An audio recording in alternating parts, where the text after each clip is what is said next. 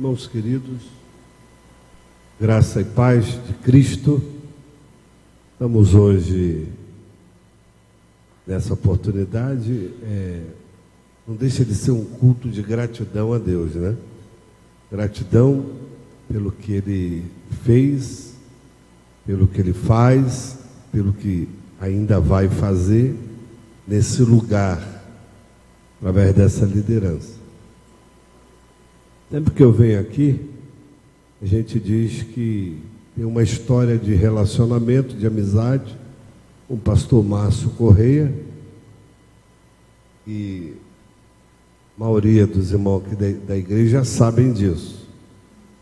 Mas como é bom nós termos amigos, relacionamentos, porque quando a gente constrói uma história de relacionamento, a pessoa conhece você, e por conhecer você, ele te honra, fala coisas bonitas, agradáveis, assim como o pastor Márcio falou de mim aqui. E a gente hoje está aqui comemorando 20 anos, não é isso, pastor Márcio? 20 anos, 2003, praticamente, esse ministério começou. Tem mais ou menos o mesmo tempo que eu estou morando ali na Zona Oeste, na região ali de Santíssimo, Campo Grande. Também mais ou menos 20 anos nós estamos ali. E eu queria pedir que vocês tivessem paciência comigo. Eu estou recém-operado de... o que eu operei mesmo, Abel? O nome do desvio de séptico, né? É uma operação nasal e a gente fica durante um período sangrando. Eu estou saindo de uma fase agora para outra.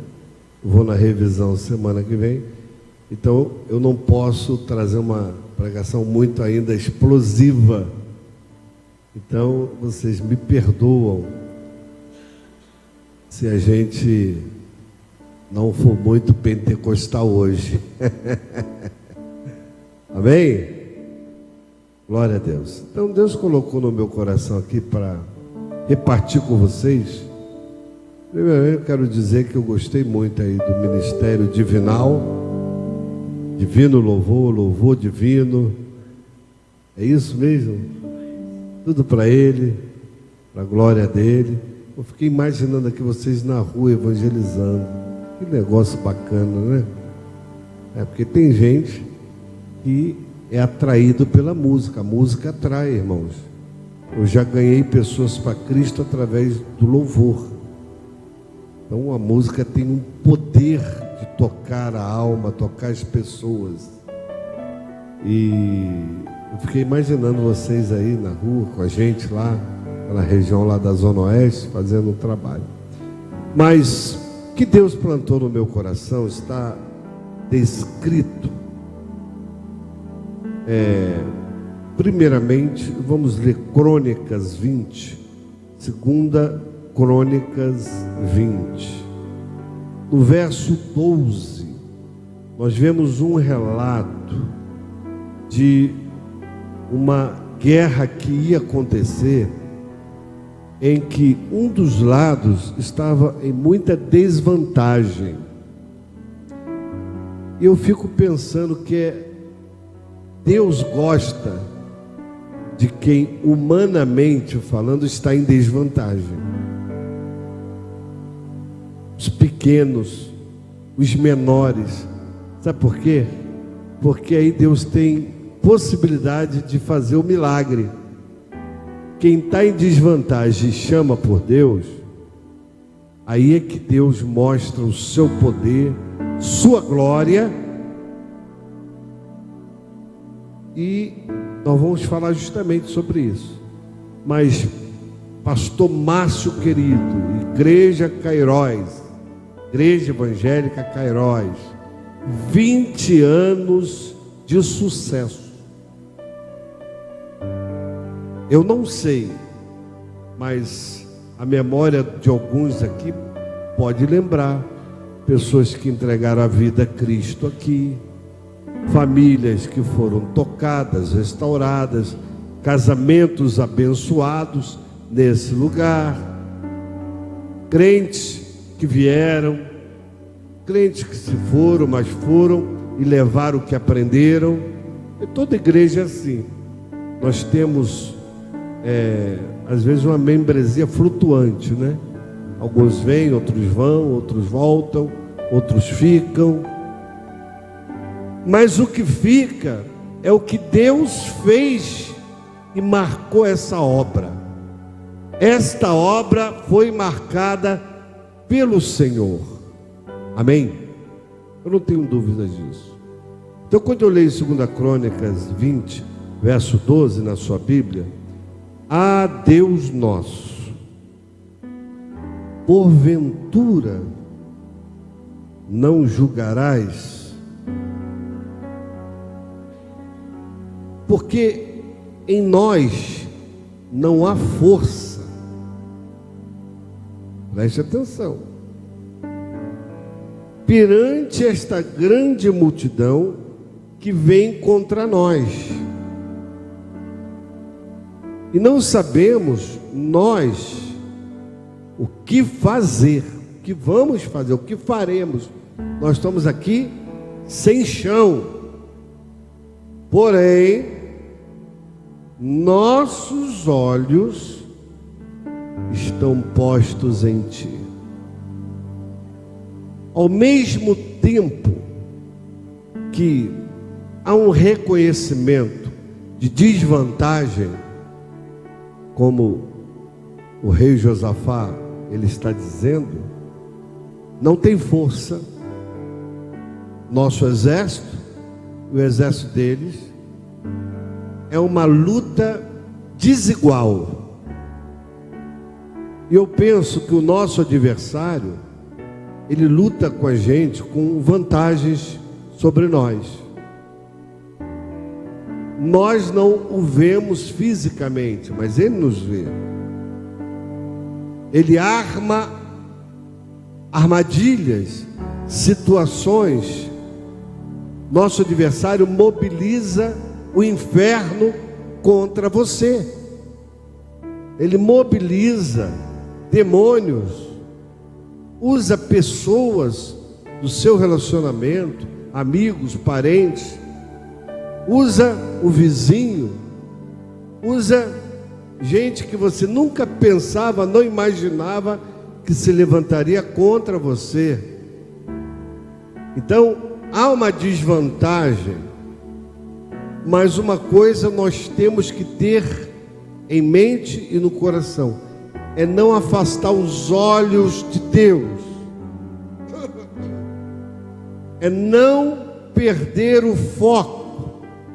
Foco é concentração em algo ou em alguma coisa. Repita comigo: foco é concentração em algo, alguma coisa. No nosso caso, o foco é Deus, é Cristo, é o Senhor. E se nós nos cercarmos dos princípios da palavra, do que nós aprendemos, do que nós conhecemos, nós vamos entender que Deus nos dará livramento, nos ajudará sempre que nós precisarmos. Eu cantei uma música muitas vezes, lá nos anos 80, de Rádio Boas Novas, de Rebanhão, de Banda e Voz. Há momentos que na vida pensamos em olhar para trás, mas é preciso pedir ajuda para poder continuar. E clamamos o nome de Jesus. Isso dá pagode? Acho que dá, não dá? Acho que dá. E clamamos o nome de Jesus. Então Josafá, ele sabe que vem uma grande multidão. Irmãos, sabe quem era a grande multidão? Eram os filhos de Moabe e os filhos de Amon. moabitas e amonitas, que na história bíblica eram descendentes de Ló. Ló teve uma relação incestuosa e desastrosa com as suas filhas, que o embebedaram e nasceram essas crianças chamadas Amon e Moabe, que lá na frente foram povos que foram inimigos de Israel. As filhas de Ló achavam que estavam fazendo um favor, suscitar a descendência do pai, mas tudo de maneira errada, precipitada. Porque quando nós nos precipitamos, quando nós tentamos resolver da nossa maneira, sem orar, sem esperar em Deus, sem buscar a resposta do Senhor, nós tomamos aquilo que falam, os pés pelas mãos, e cometemos deslizes que vão custar muito caro a nossa vida. Moabe e Amon, essas nações agora são inimigos do povo de Deus, e vêm contra Israel numa peleja, numa luta. Mas Josafá entende uma coisa: eu não posso perder o foco, eu não posso perder o olhar, eu tenho que olhar para ti. Ele diz: Senhor, não tem força, não sabemos o que vamos fazer, mas uma coisa eu tenho certeza: os nossos olhos vão continuar e estão postos em ti, porque sabemos que de ti virá o socorro, virá a ajuda, virá o favor, virá a bênção e a vitória sobre aquilo que a gente não sabe, não entende, e nós estamos esperando em ti. E quando você vai olhar a história de Josafá, por ele ter posto os olhos em Deus e toda a nação, ele chama o povo para orar, para clamar, desenvolve uma estratégia, vem uma palavra do Senhor para a nação, a congregação, e ele no versículo 14, então veio o Espírito do Senhor. Quando a gente menos espera, vem uma direção. Quando você menos espera, vem uma direção. Mas quando é que vem a direção? Quando você está focado. Se você perde o foco, você não tem direção.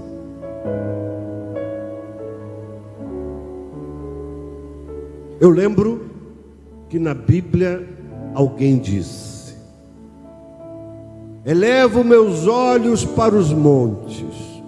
O foco do salmista. Elevo os meus olhos, eu foco. Mas de onde me virá o socorro? O meu socorro vem do Senhor. Ele não vai deixar vacilar os meus pés. Aleluia. Aí eu pensei, por que o salmista diz: elevo meus olhos, Salmo 121, verso 1 e 2, para os montes, de onde vem o socorro? Meu socorro vem do Senhor que fez o céu e a terra. E eu pensei o seguinte: os montes na história bíblica, pastor Abel, pastores, colegas, irmãos que estão lá na internet assistindo essa mensagem, você que está em casa, você que está em Camará, porque eu mandei o link para Camará e está nos assistindo. Os montes têm uma história muito interessante com Israel. Israel tem história com os montes, né? Monte Ararat, Monte Sião, Monte Horebe, Monte Moriá, Monte Sinai, Monte Hebron, Monte Carmelo, Monte Sião. Eu lembro que a arca da aliança, ela foi roubada pelos filisteus, e quando ela volta, Davi no seu coração, ele leva a arca para o Monte Sião e arma uma tenda chamado Tabernáculo de Davi. Pastor Márcio, durante 40 anos, pastor Márcio, haviam 2 tabernáculos: o de Moisés no Monte Gibeon e o de Davi no monte Sião. Como é que pode isso? Porque Zadok, que era o sacerdote, continuou sacrificando lá no tabernáculo, chamado tabernáculo Moisés. Moisés levantou no monte de Gibeon, mas sem a arca. E a arca simbolizava o que, irmãos? A presença de Deus. Então a presença de Deus agora está no monte Sião. Elevo meus olhos para os montes, mas de onde me virá o socorro? O meu socorro, ele vem do Senhor. É porque os montes falavam também de histórias da revelação de Deus, da presença de Deus. Os montes tinham histórias maravilhosas. Foi lá num dos montes que Moisés recebe a lei, o Monte Sinai. No Monte Moriá, Abraão sobe para adorar a Deus e sacrificar o seu filho e ter uma experiência poderosa com Deus. E o salmista está dizendo: eleva meus olhos, meu foco para os montes, porque monte fala de cima. Eu preciso olhar para cima, eu preciso olhar para o céu, eu preciso focar em Deus. E hoje o meu Deus está no céu, Ele ressuscitou, está à destra do Pai no céu, na glória. Por isso Jesus ensina a oração: Pai nosso que estais nos céus. Eu olho para os céus, meu foco é os céus. Josafá diz: o meu foco está em ti, meu olhar está em ti, Senhor. Por isso Josafá, ele vence. E o profeta diz ali para eles: não temas nem vos assusteis, por causa da grande multidão que vem contra vós. Verso 17 de 2 Crônicas 20: nessa peleja não tereis que pelejar, parai. Irmãos, que coisa cômoda. Quando me falta força, quando eu estou em desvantagem, Deus diz assim: para, fica quieto, aquieta a tua alma, aquieta o teu coração, porque agora é comigo. Não é você, é o meu poder, é a minha glória, é a minha unção, é o milagre que eu vou gerar agora. Mas você precisa ficar quieto e esperar eu agir. E a gente às vezes não fica quieto, mas eu preciso deixar Deus agir. Eu não sei se eu contei aqui da outra vez que eu tive aqui, eu tive uma experiência muito forte. Eu estava vendo aqui a irmã que cantou falar que ficou em coma por um período, não sei os motivos que levaram ela a ficar naquele estado, mas Deus operou o milagre. Isso aqui é mais importante. Em 2018, aliás, eu tive uma forte experiência com Deus. Eu estava em Vila Velha de férias, num apartamento no 7º andar. Eu acordei com falta de ar, e aquilo foi aumentando. Eu não sabia, mas eu estava tendo uma parada respiratória, que estava se desenvolvendo uma embolia pulmonar. Eu acordei, chamei o Uber, acordei minha esposa, e ela prontamente se arrumou. Descemos os 7 andares. Quando eu cheguei lá embaixo, o Uber já estava na porta, 4 horas da manhã. Irmãos, como isso? Eu desço, encontro o Uber 4 horas da manhã, já na porta, me esperando. Eu entro e digo: eu estou morrendo, estou passando mal. E ele me leva, 3 quarteirões era o hospital. Eu entro naquele hospital, da parada respiratória vai para uma parada cardíaca. Meu coração parou. Disseram que eu tive uma morte súbita. Eu fiquei 7 dias em coma, me ressuscitaram. Deus usou aqueles médicos para, com toda a técnica, me trazer de volta. E ali desenvolvi um processo de Deus. Minha vida parou, tudo parou. Você perde o controle de tudo. É como se Deus tirasse o controle da sua mão. Todo mundo quer ter o controle, né? Você vai na sala, tem alguém assistindo na TV, você pega o controle e muda de canal. Ô, peraí, eu estou com o controle aqui, eu estou vendo. O controle está comigo.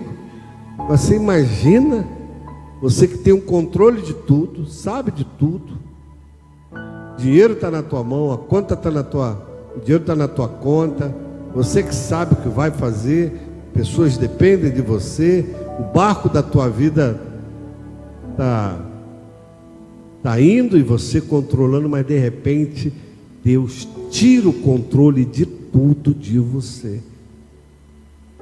Você passa a ficar na mão de Deus exclusivamente e dos homens, porque são as pessoas que vão te dar banho, são as pessoas que vão cuidar da sua saúde, são as pessoas que vão te dar remédio. Eu tive que reaprender a andar, porque fiquei em coma 7 dias e mais não sei quantos, numa cama, todo entubado, e a minha vida parou. Mas antes de eu evoluir para a parada cardíaca, eu disse: Deus, estou nas tuas mãos, me socorre, Jesus. E apaguei, entreguei para Deus. Mas como a minha vida está nas mãos de Deus, como a gente para e a peleja é dele, ele é que faz, ele é que trabalha. Irmãos, Deus me tirou daquele lugar, encurtando essa história. Eu quero falar outras coisas. E os médicos falaram, depois de 40 e poucos dias, quase 50 dias, naquele lugar, e num outro estado, longe da minha casa. Foi uma loucura, família vir lá, ficar comigo 1 mês, aluga apartamento e faltando recurso, mas tudo foi pago pelo Senhor, nenhuma dívida ficou. E aí os médicos disseram: olha, quando você voltar ao Rio, procure o melhor cardiologista. Eles já tinham dito para minha mulher: olha, a situação dele é de morte, muito grave, não prometemos nada, mas Deus estava à frente de tudo. Por isso Deus me trouxe a vida. E eles falaram: procura um melhor cardiologista, o melhor nefrologista, porque certamente você vai usar marca-passo, certamente você vai fazer hemodiálise. Irmãos, já se passaram quase 5 anos. 2018, está indo para 6. Não uso marca-passo, não faço hemodiálise. Voltei para a guerra, voltei para a luta, voltei a pregar, voltei a ministrar, voltei à minha vida. É claro que algumas coisas a gente vai mudando, adaptando. E Deus me deu um companheiro de ministério, que é o pastor Abel, que é meu filho também, e tem sido um braço direito, uma bênção no meu ministério. E Deus faz coisas que a gente não imagina. E quando Deus falou para aquele povo, naquela luta: nesta peleja não tereis que pelejar, parai, está de pé, vede a salvação do Senhor. Irmãos, quando o diabo estava rindo de mim agora, eu acabei com ele, agora acabou o ministério dele, acabou a vida dele, acabou tudo. Deus estava dizendo: não, eu ainda tenho algo a realizar na vida do meu ungido. E eu voltei para a obra. Então, você só tem que focar em Deus. Os teus olhos têm que estar nele. Como diz o Salmo, ou melhor, o profeta Isaías, no capítulo 45, 22. Abra aí a sua Bíblia. Isaías 45, 22. Olha que coisa poderosa para mim e para você que está aí nos assistindo. Olhai para mim e sereis salvos, vós todos os termos da terra, porque eu sou Deus e não há outro. A única coisa que Deus pede é: olhai para mim, foca em mim. Não permita que distrações dessa vida tire você da minha presença, tire o seu olhar de mim. Olha para mim, olha para mim. É só isso que Deus pede. E sereis salvos. É Ele que está dizendo: se você olhar para mim, se você entender que eu sou a tua direção, que eu sou a luz que vai dar caminho, vai abrir teus passos, vai te orientar em todas. Olha só para mim. Não olha para o lado, não olha para o relógio, não olha para o celular, não olha para a TV. Essas coisas roubam o nosso foco. Tem hora que essas coisas roubam. Tem gente que gosta de viver na televisão de manhã até de noite. É futebol, é seriado, é novela, é não sei o que, e vai direto. E o tempo com Deus, a palavra, a oração, o louvor, vai ficando atropelado, porque vai perdendo o foco. E você não pode perder o foco, só obedece o que Deus está dizendo e falou através de Isaías: olhai para mim e sereis salvos. E foi isso que aconteceu com a nação, quando Josafá clamou a Deus. No versículo 20: crede no Senhor vosso Deus, estareis seguros, crede nos seus profetas e prosperareis. 2 Crônicas 20, verso 20: crede no Senhor vosso Deus, estareis o quê? Seguros. Foi cantado aqui, né? Seguro estou em ti, tu és o Deus de amor. Que bom a gente poder perceber que quando eu olho para Deus eu tenho segurança. Irmãos, Ele traz uma segurança no que você vai fazer, no projeto que você está lançando, na obra. Seguro estou em ti. Ei, fala mais. Crede no Senhor vosso Deus, estareis seguros, crede nos seus profetas e prosperareis. Crer nos profetas é crer na palavra de revelação, crer nos homens que Deus levanta para falar contigo. Pastores são profetas de Deus no tempo atual. Ele tem uma palavra para te dirigir, para te apacentar, para dizer para você: ovelha, faça isso, isso é do Senhor. São os princípios de Deus. Então, quando eu obedeço uma palavra de um profeta, eu prospero no meu caminho. Não é só prosperidade, riquezas, enfim, mas é prosperar em áreas da vida. Você prospera na saúde, você prospera no trabalho, você prospera no casamento, você prospera na vida sentimental. Mas olhe para Ele, não perca o foco.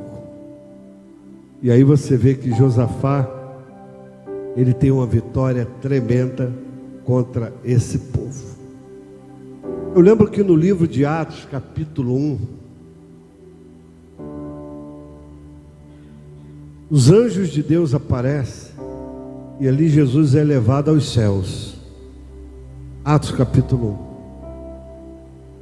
1. E a Bíblia diz que, estando os olhos fitos no céu, enquanto ele subia, verso 10 e 11 de Atos 1, eis que junto dele se puseram 2 homens vestidos de branco, eram anjos do Senhor, os quais lhe disseram: homens galileus, varões galileus, por que estáis olhando para o céu.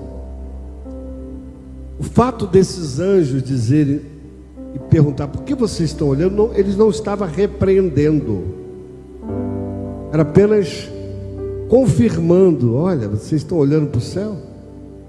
E vocês estão olhando para o céu, sabe por quê? Esse Jesus, que dentre vós foi recebido acima no céu, há de vir assim como para o céu o viste ir. É do céu que virá o Salvador.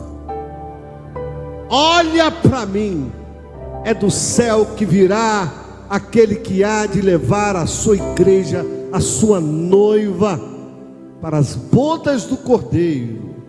Então, foca nele, concentra nele. Maranata, vem Jesus. Vivemos tempos em que as profecias bíblicas se confirmam. O próprio Senhor Jesus disse: olhai, ó, vocês percebem que tudo é o olhar. Olha só, olhai para a figueira, para todas as árvores. Quem é a figueira? A figueira é Israel. As árvores são as nações. Então o Senhor disse: ó, olhai, fica atento, olha, foca no que está acontecendo. Então, irmãos, aqui no Brasil, a gente tem que se importar sim com o que acontece lá na figueira, Israel. Temos que estar antenados. E hoje está mais fácil com a internet a gente saber notícias do que está acontecendo na Terra Santa, do que está acontecendo lá com o povo de Deus nos dias atuais. Olhai para a figueira, Israel, porque a figueira simboliza o povo de Deus. E todas as árvores, quando já tem rebentado no sentido de desabrochar, de virem as folhas, está próximo o verão. Verão é um tempo bom, verão é um tempo agradável.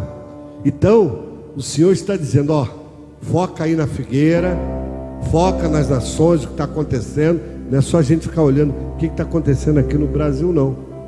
Brasil também. Mas vamos estudar um pouquinho a história. Não vamos ficar alienado só aqui na minha rua, no meu bairro, não. Vamos abrir a visão, abrir o olhar e ver o que está acontecendo. Porque o que está acontecendo está dizendo: Jesus virá, Jesus voltará. Eu já estou terminando, eu não vou me estender muito. Mas quando já tem rebentado, sabeis vós mesmo, vendo que perto está o verão, assim também vós, quando vis acontecer essas coisas, sabei que o reino de Deus está perto. Então o verão é o reino de Deus que está perto, e Ele vai implantar o seu reino, e nós fazemos parte do projeto de Deus. Quando Israel, a figueira, já tem rebentado, já tem desabrochado, nascido, alguém diz que essa profecia começou a cumprir em 1947, quando Israel se torna uma nação. Ali na ONU é votado, e um brasileiro dá o voto Minerva. Israel se torna nação reconhecida, e esse povo começou a voltar para aquela terra, e Deus começou a fazer coisas maravilhosas. Mas uma coisa eu tenho que te dizer: precisamos estar atentos, ao que Deus vai fazer nos dias atuais. Mas não perca o foco, não perca o olhar, não perca a direção, porque certamente Deus vai iluminar, como está lá escrito: brilha a vossa luz diante dos homens, para que vejam as vossas boas obras, glorifique ao Pai que está no céu. Eu brilho porque eu estou focado nele, o brilho dele vem em mim e passa de mim para as pessoas. os princípios bíblicos na sua vida é a luz de Jesus sobre as pessoas. Feche seus olhos. Feche a sua Bíblia. Aleluia.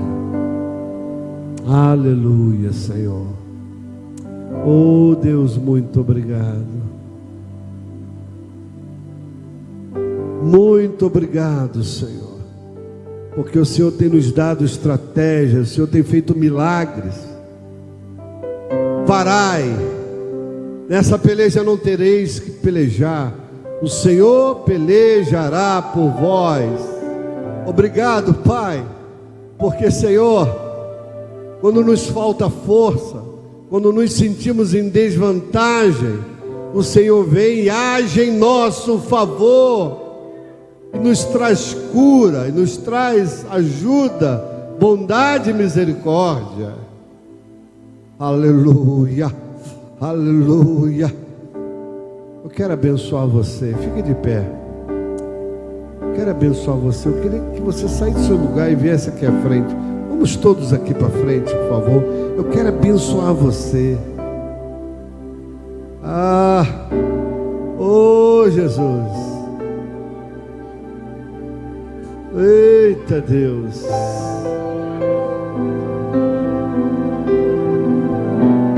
Assim como nós olhamos para Ele, nós também precisamos que Ele olhe para nós. E nós precisamos atrair o olhar de Deus. Sabe como é que você atrai o olhar de Deus? Com a sua vida, o seu caráter. Não é sambar, não é cantar, nada contra o samba. Estou dizendo que a gente pensa que a gente atrai Deus através dos barulhos, dos movimentos, dos gritos, das alegorias. Não. O que atrai a glória de Deus para mim, o olhar de Deus para mim, é o meu caráter. Tem até uma música, né, Bel? Um minuto. Preciso tanto do teu olhar, olha para mim. Lembra? Olha para mim.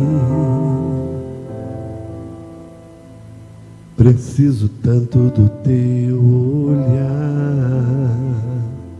Eu farei o que for preciso para te ver.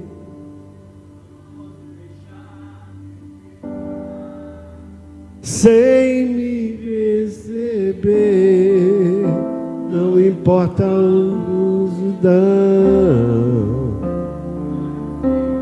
Eu preciso do teu olhar, do teu olhar, do teu olhar. Olha pra mim, oh Senhor, olha pra mim. Preciso tanto do teu olhar. Pai, eu quero abençoar esses irmãos e essas irmãs que vieram aqui à frente, que precisam do teu olhar, que não perderam o foco, olharam para ti, estão olhando para ti, chamando a tua atenção, Senhor. Eu não sei quais são as suas necessidades, mas eu sei que aquilo que eles precisam hoje, seja na vida sentimental, seja na vida profissional, seja na vida financeira, seja na saúde, Deus vem agora com a tua bênção, vem agora com o teu olhar de amor. Olha para nós, Senhor, faz algo diferente, faz algo que a gente perceba o teu poder, o teu agir, a tua graça sendo aqui agora manifestada em todos nós. O grupo de louvor aí pode assumir. Pai, em nome de Jesus, nós estamos agora colocando diante de ti as nossas necessidades, porque acreditamos que o Senhor cuida de nós, que o Senhor olha para nós e que agora o Senhor está vendo a nossa família, nossa casa, nosso lar, nossas necessidades. Deus, eu oro pelo pastor Márcio dessa igreja. Senhor, o pastor Márcio tem sido incansável nesse ministério. Senhor, muitas foram as lutas, muitas foram as dificuldades, muitas foram as afrontas, muitas foram, Senhor, as guerras que ele passou e tem passado. Mas, Senhor, sustenta esta obra, sustenta esta obra, Senhor. Oh, aleluia. Ei, Xarabá.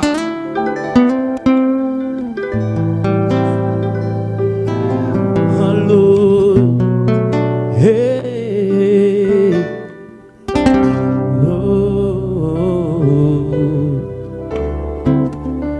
eu me humilharei, como criança eu serei, oh Jesus. Mas olha pra mim, as vestes colocarei, como figueira subirei, aos teus pés eu chorarei. Mas olha pra mim, olha pra mim, Senhor, olha pra mim, preciso do teu olhar, olha pra mim, Senhor, onde eu preciso do teu olhar. Eu farei o que for preciso para te ver, pois não posso deixar que siga sem me perceber.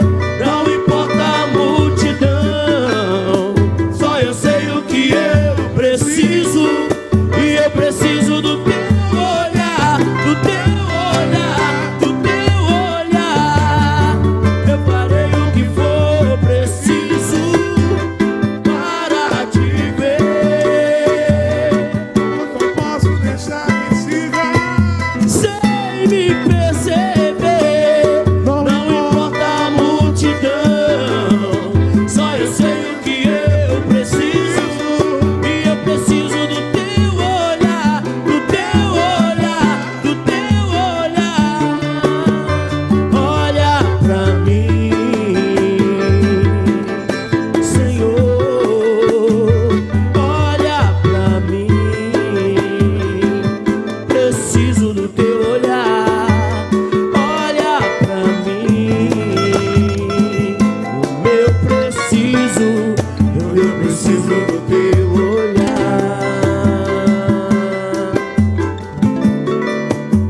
preciso do teu olhar. Precisamos do teu olhar, da tua unção sobre nós. Precisamos de ti. Mas nós precisamos realmente pelo que for preciso. Porque Deus sabe cuidar de nós melhor do que nós mesmos. Ele não falha. Ele não falha. Ele é tremendo. Quero agradecer a Deus pela vida do Bispo Wilson. Palavra tremenda. Tenho certeza que você vai sair dessa noite muito abençoado.